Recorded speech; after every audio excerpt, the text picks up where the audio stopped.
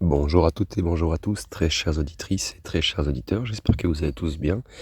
Aujourd'hui, on va passer sur un épisode un petit peu spécial qui, ma foi, est aussi porté sur la science-fiction, mais qui est quand même un petit peu différent des autres épisodes. Euh, il va y avoir plusieurs épisodes donc, qui seront portés sur le transfert de conscience humaine. C'est un titre qui est un peu accrocheur, mais qui est néanmoins euh, qui pourrait être possible dans le temps. Et donc on va faire quelques hypothèses, on va essayer d'imaginer un petit peu comment concevoir une machine. Donc ça sera dans la deuxième partie, hein, comment concevoir une machine pour le transfert de conscience, avec donc toutes les informations, les spécificités des matériaux, des techniques qu'il va falloir utiliser, peut-être même d'autres processus qu'on n'a même pas idée pour l'instant, mais qu'on va quand même essayer de discuter un petit peu tout au long de ces articles. Je vous préviens, il y aura pas mal d'épisodes, ils seront plutôt courts, mais ça permettra de bien digérer les épisodes car il y a beaucoup d'informations. Pour la première section, en tout cas, on va déjà commencer par introduire ce qu'est le concept de transfert de conscience. Et dans la deuxième partie de cet épisode, on parlera aussi de la conscience et de l'âme. On va essayer de comprendre les termes exacts.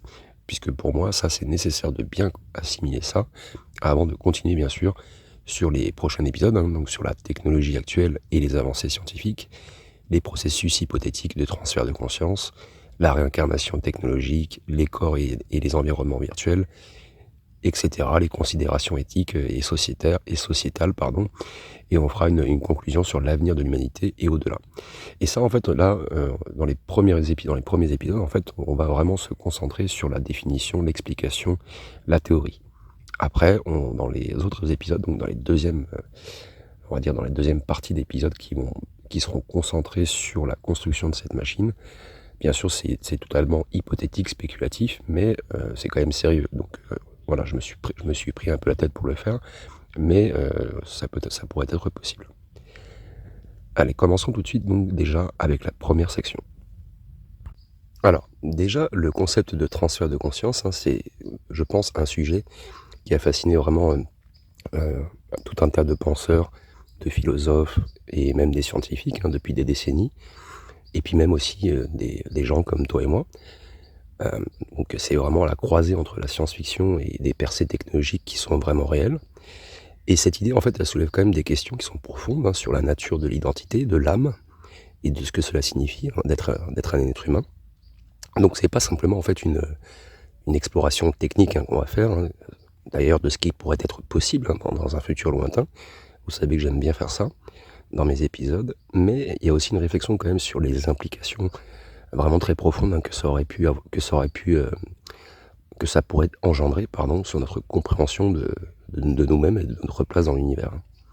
Donc, en gros, le transfert de conscience, il fait quand même référence à la possibilité théorique hein, de copier ou même de transférer hein, l'essence de la conscience humaine, qui inclut donc les souvenirs, les pensées, les émotions et la personnalité, dans un autre support, hein, qu'il soit biologique, cybernétique ou même numérique. Hein.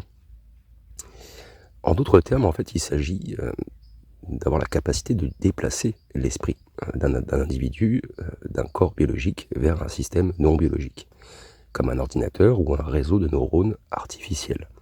Et même sans perdre d'ailleurs l'essence de ce que fait cette personne unique. Hein.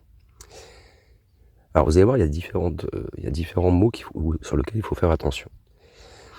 L'idée qui a été donc popularisée par la science-fiction, ou le concept tel que la possibilité de télécharger l'esprit, hein, ou la réincarnation numérique, ça a souvent été exploré dans la science-fiction, et je pense que vous connaissez tous Ghost in the Shell et Black Mirror ou Altered Carbon.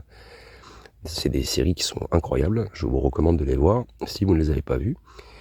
Et on va dire ces trois séries-là, déjà ça a contribué quand même à façonner notre imagination hein, collective sur ce que pourrait être un monde où la conscience humaine est transférable, modifiable, voire immortelle en fait. Hein. Mais bon, au-delà de la science-fiction, il y a quand même des discussions qui sont vraiment très sérieuses et qui se tiennent dans des cercles académiques et scientifiques hein, sur la faisabilité d'un tel transfert. Et vous allez voir que c'est pas si fou que ça. Ça reste quand même potentiellement possible. Alors pourquoi une telle idée captive-t-elle tant notre imagination et à bien des égards, elle touche à nos désirs les plus profonds, en fait, hein. C'est plutôt l'immortalité, la transcendance des limites physiques, le contrôle ultime de notre existence. Et en tant qu'être humain, en fait, on est confronté à la finitude, hein, de la vie et aux limitations de nos corps. Donc, le transfert de conscience, il offre une échappatoire séduisante, hein, qui a ces contraintes que je viens d'énumérer, et peut-être même une promesse, hein, que nous pourrions un jour vivre éternellement, même si ce n'est pas sous une forme physique traditionnelle. On pourrait peut-être potentiellement avoir cette vie immortelle. Encore faut-il la vouloir, pardon. Alors bien sûr, après, la question qu'il faut se poser aussi, c'est l'idée de transférer la conscience, elle soulève quand même des questions qui sont philosophiques et éthiques, et selon moi, en fait, c'est très complexe, parce que si l'esprit d'une personne a peut-être copié et répliqué, eh bien, que devient cette personne, en fait? Est-ce que c'est encore elle? Est-ce que le transfert crée-t-il une copie, ou est-ce que c'est une continuation de l'existence consciente de la personne originale? Et vous voyez qu'il y a pas mal de questions qui touchent à l'essence même de l'identité et de la conscience. Et vous allez voir, on va explorer tout ça dans ces épisodes. Déjà, il est essentiel de définir aussi ce qu'on entend par conscience. C'est ce que je vous ai dit, de faire attention aux mots. En effet, la conscience, elle est souvent décrite comme l'état d'être conscient de soi-même et de son environnement. Donc c'est une combinaison unique de perception, d'expérience, de souvenirs et d'émotions. Donc c'est ce qui nous permet en fait de penser, de ressentir, de percevoir notre propre existence. Mais ce concept, il est difficile à cerner. La conscience est-elle une simple somme de nos processus cérébraux, ou existe-t-il quelque chose de plus? Une essence intangible que la science ne peut pas encore expliquer, par exemple. Donc le transfert de conscience, il implique aussi une compréhension approfondie de ce qu'est la conscience, mais aussi la capacité technologique à la modéliser et à la manipuler. Vous voyez? Donc aujourd'hui, la science, elle est encore au balbutiement, hein, de cette compréhension, on est encore au tout début, hein. Il y a des avancées qui ont été faites, hein, dans le domaine des neurosciences, notamment avec la cartographie du cerveau et l'étude des réseaux de neurones. Mais il reste encore beaucoup à découvrir, hein, et la conscience, est-elle quelque chose que l'on peut vraiment transférer, en fait? Ou est-ce qu'elle est vraiment intrinsèquement liée à notre structure biologique du cerveau, ou de notre corps, quoi? On va le découvrir dans l'épisode, vous allez voir. Enfin, dans les épisodes. La technologie, elle aussi, n'est pas encore prête, en fait, à réaliser un tel exploit pour l'instant, hein. Déjà, pour envisager sérieusement le transfert de conscience, il faudrait avoir des avancées majeures dans plusieurs domaines, hein. L'IA, la puissance de calcul, l'interface cerveau-machine, et bien plus encore. Il y a encore bien d'autres métiers différents qu'il faut inclure dans cette recherche. Pour l'instant, actuellement, on ne fait qu'effleurer la surface de ces technologies, mais par contre, je vois bien que, d'après mes recherches, l'évolution rapide de l'IA et de la biotechnologie, voilà, ça laisse quand même entrevoir des possibilités, hein, on va dire qu'il y a 10 ou 15 ans en arrière, ça semblait purement spéculatif. Maintenant, j'ai l'impression que ça devient de plus en plus possible. Donc, dans ce premier épisode, du moins dans ces 2 premières sections déjà, on va essayer, ça a vraiment pour but de poser les bases de cette réflexion complexe, hein. Donc on va essayer au fil des sections et des épisodes suivants approfondir ces questions qu'on se pose tous en examinant les aspects scientifiques, techniques, éthiques et philosophiques du transfert de cette fameuse conscience humaine. Et donc l'idée, elle n'est pas simplement de rêver d'un futur où ce transfert serait possible, hein, mais de comprendre surtout les défis qui sont vraiment immenses, hein, et les implications éthiques qui l'occasionnent aussi. Donc on va explorer un petit peu tout ça, comment les neurosciences et l'informatique, elles pourraient théoriquement s'unir, même si elles le fait déjà, hein, pour réaliser ce que certains considèrent encore comme le prochain pas, le prochain grand pas de l'évolution humaine, hein, le prochain stade de l'évolution humaine, la transcendance en fait, hein, de notre condition biologique, pour accéder en fait à une existence qui est potentiellement immortelle dans un monde digital. Alors voilà, c'est très... vous allez voir, c'est très intéressant quand même, hein, ça fait rêver. Enfin, ça fait rêver en bien ou en mal, mais en tout cas, ça fait réfléchir, quoi. Allez, donc continuons la deuxième section, hein, de cet épisode. Alors je l'ai repris un petit peu plus tard, et je me suis aperçu qu'il a commencé à pleuvoir, donc voilà, je vous prie de m'excuser si vous entendez quelques gouttes de temps en temps, et au pire je me réécouterai, si je vois que c'est inaudible, je recommencerai. Bon, On va essayer de comprendre un petit peu le concept de transfert de conscience et il est vraiment essentiel de clarifier en fait ce qu'on entend par conscience et âme. Ces deux termes, en fait, bien qu'ils sont souvent utilisés de manière interchangeable dans le langage courant, ils ont quand même des significations bien distinctes et profondes, tant du point de vue philosophique que scientifique. Tout d'abord, la conscience. Donc déjà, c'est une fenêtre sur l'esprit humain. La conscience, c'est l'un des sujets les plus complexes et les plus débattus en neurosciences et en philosophie de l'esprit. En fait, ça peut être défini comme l'état d'être conscient de soi-même et de son environnement. En d'autres termes, la conscience est ce qui nous permet en fait de ressentir, de penser, de percevoir et d'interagir avec le monde de manière subjective. Contrairement à d'autres fonctions cognitives, comme la mémoire ou le raisonnement, la conscience, elle est intrinsèquement liée à notre expérience subjective. Et elle est ce qui nous donne le sentiment en fait d'être nous-mêmes, un individu unique parmi des milliards d'autres. Et donc, selon le philosophe David Chalmers, l'étude de la conscience, elle est plutôt connue sous le nom de la problématique dure de la conscience. En fait, ça consiste à comprendre pourquoi et comment les processus physiques du cerveau donnent lieu en fait à des expériences subjectives. Et cette problématique, en fait, elle est considérée comme dure parce qu'elle touche en fait à l'essence même de l'expérience humaine. C'est une dimension en fait qui semble échapper aux explications purement mécaniques ou physiques.